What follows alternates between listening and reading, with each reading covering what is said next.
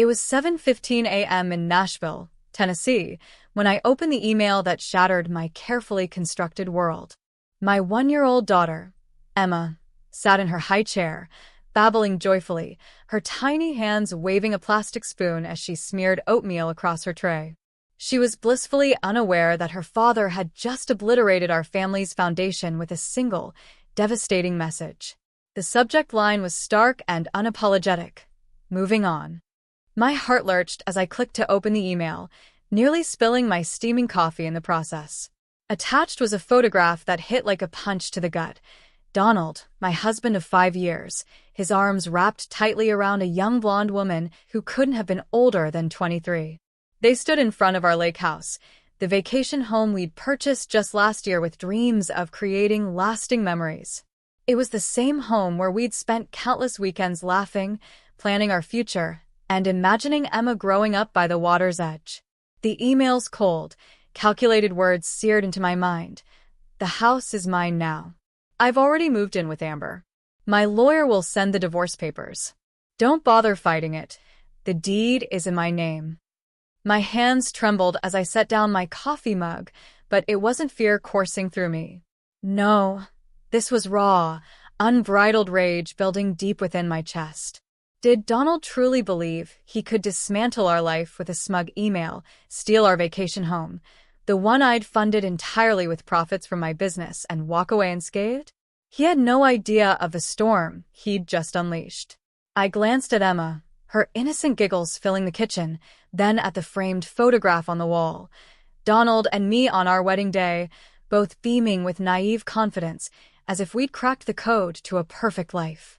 5 years of marriage, and this was how he chose to end it, with a callous message and a photo of himself grinning beside a woman nearly half my age.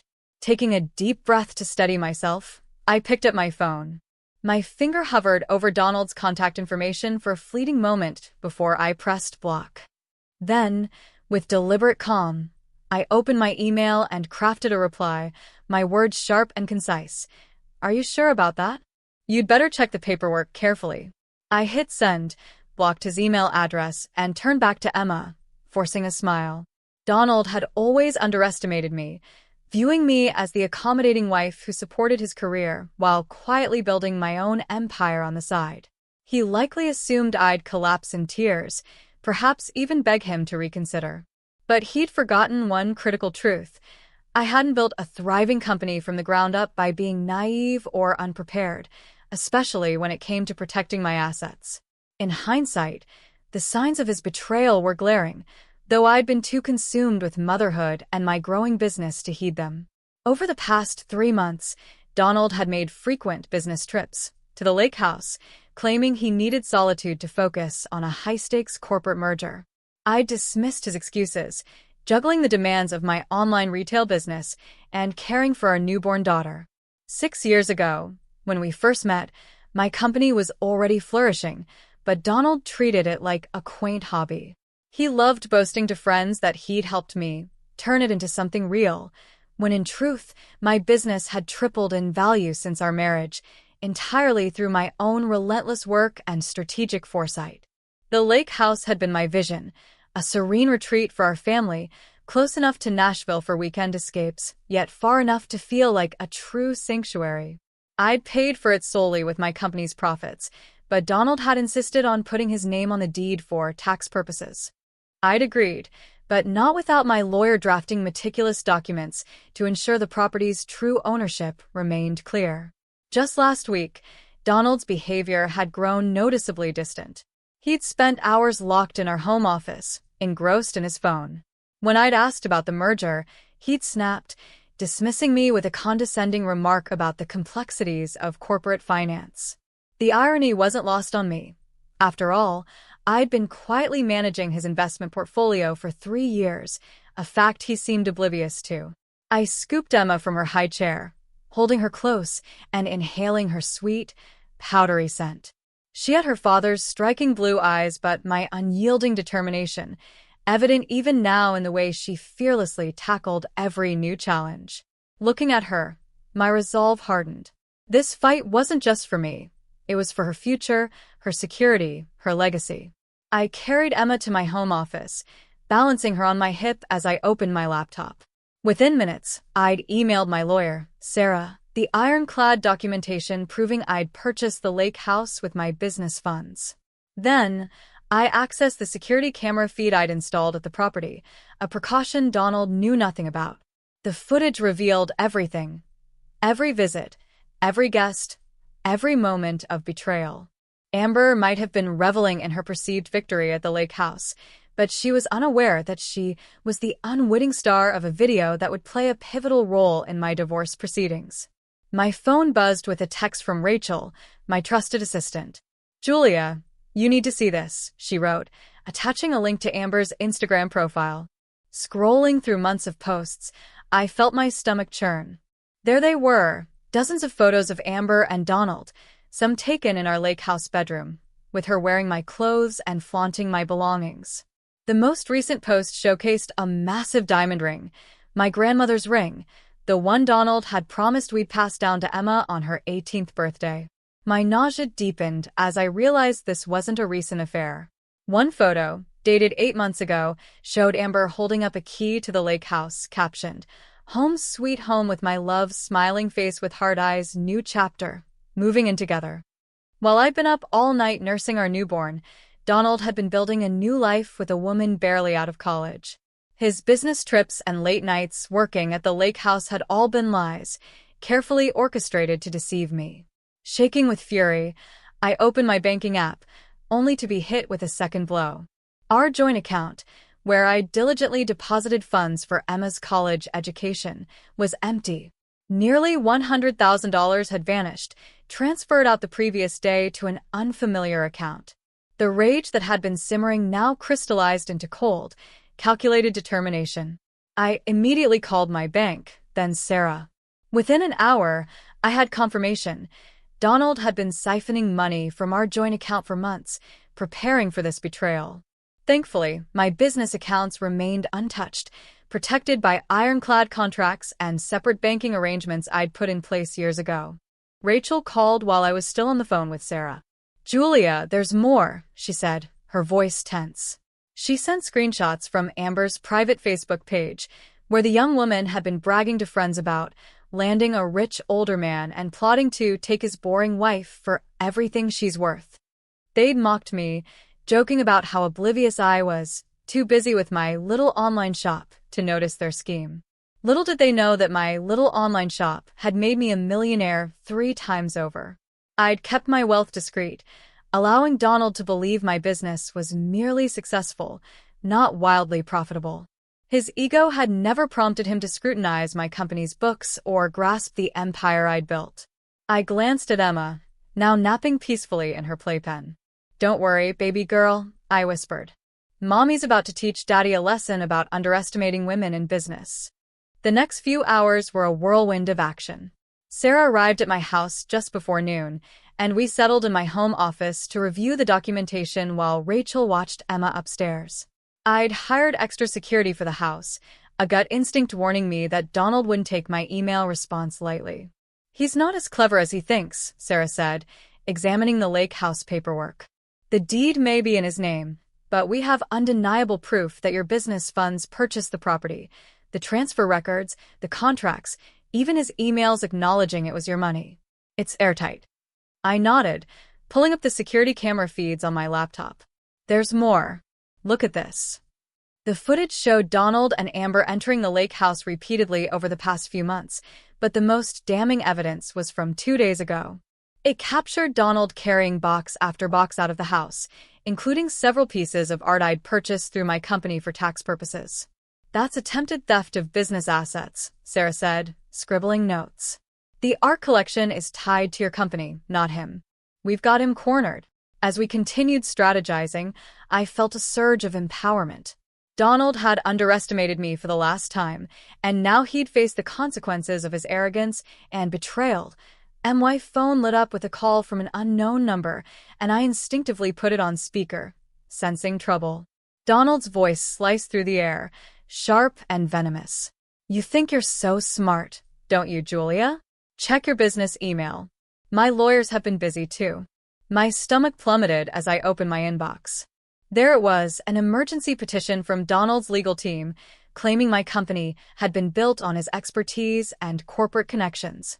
They were demanding a full audit of my business and, audaciously, temporary control of my company's accounts during the divorce proceedings. The sheer gall of it took my breath away. "You'd really try to take my company?" I said, keeping my voice steady despite the fury coursing through me. "The company I built from nothing before I even met you?" Donald's cold laugh crackled through the phone. "You built? Who do you think gave you all those corporate contacts, Julia? Who introduced you to the right people? Face it, you'd be nothing without me. Amber understands that. She knows how to be grateful." I muted the phone and turned to Sarah, who was already typing furiously on her laptop, her eyes narrowed in concentration. She held up a finger, signaling me to wait. I unmuted the phone, buying time. "Think carefully about what you're doing, Donald." "Oh, I have," he sneered. "My lawyers will be in touch about Emma too. You're too busy with your precious business to be a proper mother. Amber's great with kids. She used to be a nanny." The threat to take Emma sent a chill through my veins, but before I could respond, Sarah slid her laptop toward me. On the screen was an email from 3 years ago, one Donald had sent to a friend, complaining bitterly about my success. "She won't listen to my business advice at all. Says she doesn't need my help, and she's right. Her company's worth more than my annual salary now. It's embarrassing." A grim smile spread across my face as I unmuted the phone. "Donald, I just sent something to your lawyer. You might want to check with him before making any more threats about my company." "What are you talking about?" he snapped. "Let's just say your email archives aren't as private as you thought. Call off your lawyers, or the next email I send will be to your boss. I wonder how he'd feel about all those corporate contacts you claim to have given me." The line went silent, then clicked dead. Sarah was still sifting through Donald's emails when Rachel burst into the office, her face pale. "Julia, you need to see this right now." She thrust her tablet in front of me, displaying a draft press release from Donald's company, announcing his promotion to Chief Financial Officer, effective next month. Suddenly, the pieces fell into place. The timing of his affair with Amber, the calculated siphoning of our accounts, the aggressive legal maneuvers. It wasn't just about leaving me. Donald was orchestrating a clean sweep of our shared assets to secure his future before stepping into his new role, minimizing what he'd lose in the divorce. "There's more," Rachel said, swiping to another document. "Amber isn't just some random girlfriend. She's the CEO's niece." The revelation hit like a physical blow. Donald hadn't simply fallen for a younger woman. He'd strategically cultivated a relationship with the CEO's niece to cement his promotion. The lake house, the stolen money, even the threats about Emma's custody, it was all part of a meticulously planned scheme to launch his new life as CFO with a well-connected, youthful wife by his side. Sarah looked up from her laptop, her expression grave. "Julia, I found something else. The company merger Donald's been working on? It involves one of your biggest competitors. If he becomes CFO, he'll have access to sensitive information that could cripple your company." My hands clenched into fists. Donald wasn't just trying to hurt me personally, he was positioning himself to dismantle everything I'd built professionally. I thought back to the countless nights he'd spent in our home office, claiming to work on merger documents. Had he been rifling through my business files instead? "Check my home network activity," I told Rachel. "Focus on any attempts to access my business servers." While Rachel worked, Sarah made another discovery. "Look at these emails between Donald and Amber from 6 months ago," she said, turning her screen toward me. They were planning this before Emma was even walking. One email from Amber read, "Once you're CFO, we can use the insider information to push Julia's company out of the market. Uncle Robert says he'll help." Nausea roiled in my stomach. They'd been plotting against me while I was sleep-deprived, caring for our newborn daughter. Their arrogance, however, had made them careless, leaving a digital trail that could not only derail Donald's promotion but also tarnish the CEO's reputation. Rachel's voice broke through my thoughts. "Found it. Multiple attempts to access your business servers from Donald's laptop.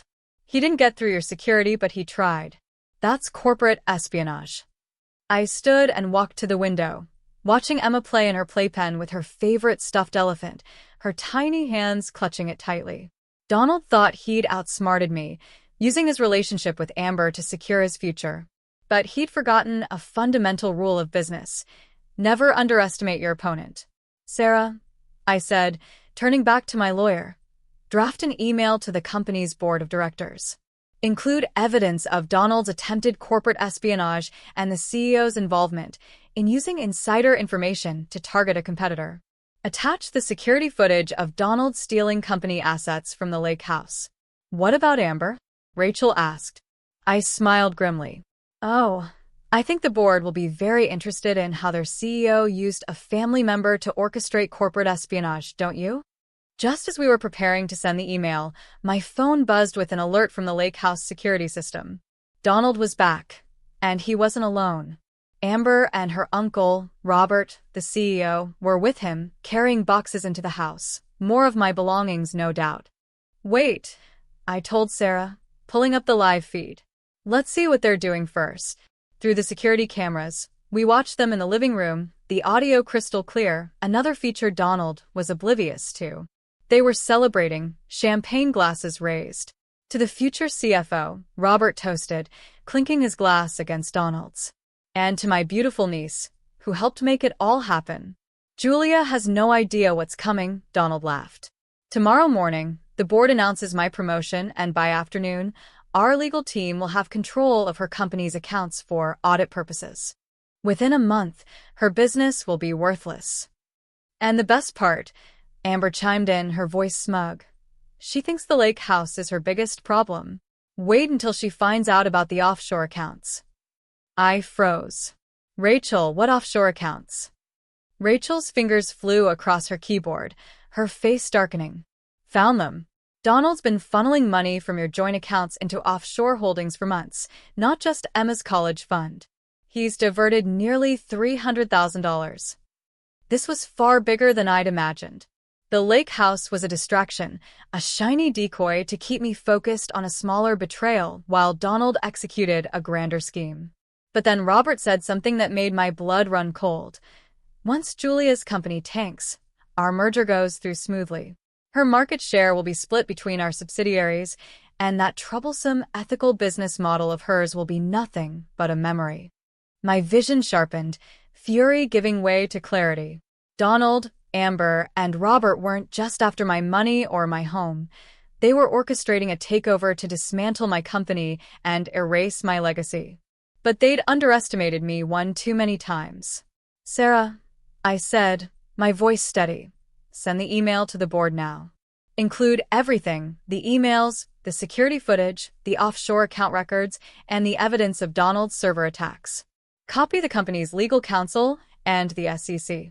Let's see how Robert explains this to his shareholders. As Sarah finalized the email, I looked at Emma, her innocent laughter a stark contrast to the storm brewing. Donald had mistaken my dedication for weakness, my love for my family, as a vulnerability. But he was about to learn that the woman he dismissed as a boring wife was a force he'd never truly understood. With every piece of evidence we'd gathered, I was ready to protect not just my daughter's future, but the empire I'd built, brick by brick, contract by contract, and now, battle by battle. MY Company wasn't merely successful, it was a revolutionary force, disrupting the entire industry with our unwavering commitment to sustainable practices and fair labor standards. This wasn't just about Donald's promotion or his sordid affair with Amber. Their scheme ran deeper. They wanted to obliterate everything I'd built because my ethical business model threatened their outdated, profit-driven way of operating. My success was a direct challenge to their status quo, and they'd stop at nothing to tear it down. Send the email, I instructed Sarah, my voice steady with resolve. But first, add one more thing. Access the backup server. Password is Emma's birthday, and attach the file marked insurance. Sarah's eyes widened as she opened the file. It contained years of meticulously gathered documentation about questionable practices at Donald's company, information I'd uncovered while managing his investment portfolio. I'd kept it as a safeguard, a digital insurance policy, never imagining I'd need to use it. The file detailed everything: shady financial dealings, unethical partnerships, and even hints of regulatory violations.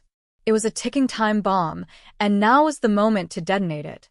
Julia, Rachel interrupted, her eyes glued to her screen. Donald just tried to access our company's servers again from the lake house. He's getting desperate. Through the security camera feed, I watched as Donald excused himself to the lake house's home office, my home office. He sat at my desk, his fingers flying across his laptop, likely attempting to hack into my business accounts once more. But this time, our IT team was ready. They'd set up a decoy portal, a digital trap designed to make him think he was succeeding. Let him in, I told Rachel, a cold smile tugging at my lips. Let him think he's won. Because in about 10 minutes, that board email goes out, and their entire house of cards comes crashing down. Sarah looked up from her laptop. Email's ready. Should I hit send? I glanced at the security feed one last time. Donald, Amber, and Robert were still in the living room, clinking champagne glasses, basking in their delusional victory. Do it, I said. The response was almost instantaneous. Within minutes of Sarah sending the email, Robert's phone rang. Through the security feed's crystal-clear audio, we watched his face turn ashen as he listened to what I assumed was the board's furious reaction. What do you mean, emergency meeting? He shouted into the phone. Who sent what evidence? Donald grabbed his own phone, presumably checking his email. The color drained from his face as he stammered. The servers, she knew. Julia knew I was trying to access them. It gets better, I whispered to Sarah, my eyes fixed on the unfolding chaos. Wait for it. Right on cue, Amber's phone erupted with notifications. Someone, acting anonymously of course, had sent her private Facebook messages to every board member. Those messages, where she bragged about helping Donald steal corporate information and plotted to tank my company, were now in the hands of the very people who could end her uncle's career. The security camera captured the exact moment their celebration turned to panic. Robert was screaming into his phone, Donald was frantically trying to shut his laptop, and Amber was in tears, mascara streaking down her face as she scrolled through the flood of notifications. Then came the piece de resistance. Police cars pulled up to the lake house, their lights flashing in the dusk. Corporate espionage and financial fraud, it turns out, are serious crimes. Who could have predicted that? I picked up Emma, holding her close as we watched the scene unfold through the cameras. See that, baby girl? I murmured, kissing her soft forehead. That's what happens when people underestimate your mommy. The final image before the feed cut off was Donald being let out in handcuffs, still shouting about how the lake house was his. The fallout was nothing short of spectacular. Within 24 hours, both Donald and Robert were fired. The board's investigation, spurred by my email, uncovered not only the plot against my company but years of fraudulent practices at Donald's firm, far more than even I had known about. Amber's role in the corporate espionage scheme obliterated her budding influencer career. Last I heard, she'd slunk back to her parents' house in Ohio, her dreams of glamour in tatters. The offshore accounts Donald had used to siphon our money were frozen and investigated, and every stolen penny, nearly $300,000, was returned to me with interest. As for the lake house, attempting to steal company assets proved to be a spectacularly poor strategy for Donald. The deed was swiftly transferred to my name, where it rightfully belonged all along. He tried to apologize, flooding my inbox with lengthy emails about how he'd lost himself to ambition and a younger woman's flattery. I never responded. The divorce papers were unequivocal. He lost everything he'd tried to steal, and then some. The evidence of his corporate espionage ensured he'd never work in finance again. His career, like his schemes, lay in ruins. My company, on the other hand, soared to new heights. Our ethical business model, once a threat to Donald's world, became our greatest asset. The scandal drew attention to our commitment to sustainability and fair labor, attracting a wave of new investors eager to align with a company built on integrity.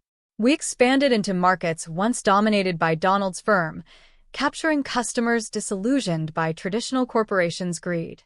My little online shop was now a global leader, a beacon of what business could be when driven by principle rather than profit at any cost. Emma and I now spend our weekends at the lake house, creating new memories by the water's edge. Sometimes, as I sit on the deck watching her toddle around with her stuffed elephant, I think about Donald's smug email, the one with that photo of him and Amber, grinning in front of my house. He thought he was declaring victory, but in reality, he was documenting the beginning of his downfall. I kept that email, by the way. It's framed in my office, a quiet reminder of the lesson he learned too late. Never underestimate a woman who's built something worth protecting. With Emma's laughter in the background and my company thriving, I know one thing for certain. Our future is brighter than ever, and no one will take that from us again. Please feel free to comment below if you liked this. Remember to like and subscribe for more.